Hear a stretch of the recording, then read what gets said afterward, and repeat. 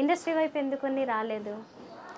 నాన్నకి ఫస్ట్ నుంచి మమ్మల్ని ఇండస్ట్రీ నుంచి కొంచెం దూరంగానే ఉంచారు. అంటే మూవీస్, ప్రీవ్యూ షోస్కి, మూవీ డిస్కషన్స్, మూవీకి సంబంధించి ఏ వర్క్ జరుగుతున్నా మమ్మల్ని ఇన్వాల్వ్ చేయించుకునేవారు. బట్ నాట్ మేము అందులో చెయ్యాలా, వర్క్ చేయాలన్నది మాత్రం ఎప్పుడు ఇష్టం లేదు నాన్నకి. అంటే పొద్దున్నుంచి సాయంత్రం వరకు మేమంతా నలుగురు ఆడపిల్లలం కాబట్టి అయినో బాయ్స్ ఉంటే జస్ట్ ఎంటర్ అయి ఉండేవాళ్ళేమో ఇండస్ట్రీలో. కానీ మరి వీళ్ళు ఎందుకు అంత కష్టపడాలని అవసరం అనుకున్నారేమో. ఎందుకంటే అప్పట్లో it wasn't an easy thing for a women to ఇప్పుడు ఉన్న ఆర్టిస్ట్ అంటే అప్పట్లో చూసుకుంటే అందరూ చాలా కష్టపడ్డారండి.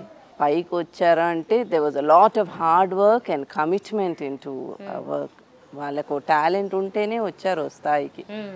ఇప్పుడు ఎంతమంది ఉన్నారు, అప్పటి లెక్క చూసుకుంటే ఇప్పటికి యాక్చువల్లీ ఇట్స్ 10 times ఎక్కువే ఉన్నారు ఆర్టిస్ట్. అండ్ అంత అవసరం కూడా లేదు, బికాజ్ ద ఎక్స్టర్నల్ ఫ్యాక్టర్స్ ఇప్పుడు ఎక్కువ ఒక ఆర్టిస్ట్కి హెల్ప్ చేస్తుంది. అప్పట్లో ఓన్లీ టాలెంట్.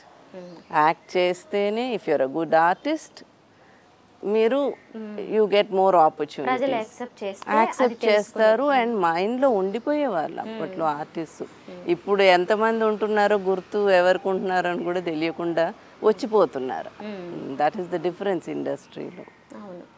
ఇప్పుడు ఎగ్జాంపుల్కి నాన్నగారిని కొంతమంది పోల్చారు. సోను సూద్ ఎలా అయితే విలన్ క్యారెక్టర్లు చేస్తూ రియల్ లైఫ్లో హీరోగా ఉన్నారు, అలాగే మీ ఫాదర్ కూడా ప్రభాకర్ రెడ్డి గారు కూడా క్యారెక్టర్స్ చేసిందేమో విలన్స్, కానీ ఆయన చేసిన పనులన్నీ హీరో పనులే. అంటే ఎవరికైనా కానీ దానం చేసే విషయాల్లో కానీ, సినీ కార్మికులకి ఏదైనా కష్టం వస్తే ఆదరించే విషయంలో కానీ, ఇంకా మీ ఇంట్లో కూడా కొంతమందిని చాలా మందికి హెల్ప్ చేశారు. మా నాన్న బ్రదర్స్కైనా కూడా బ్రదర్ ఇన్ లా అని ఒకరిని సినిమాటోగ్రాఫర్ని చేశారు. తర్వాత బయట ఎవరైనా మెడ్రాస్కి అని వర్క్ కోసం అని వస్తే చాలామందిని ఇంట్రడ్యూస్ చేశారు, హెల్ప్ చేశారు. ఫ్యామిలీకి అయితే చాలా హెల్ప్ చేశారు నాన్న.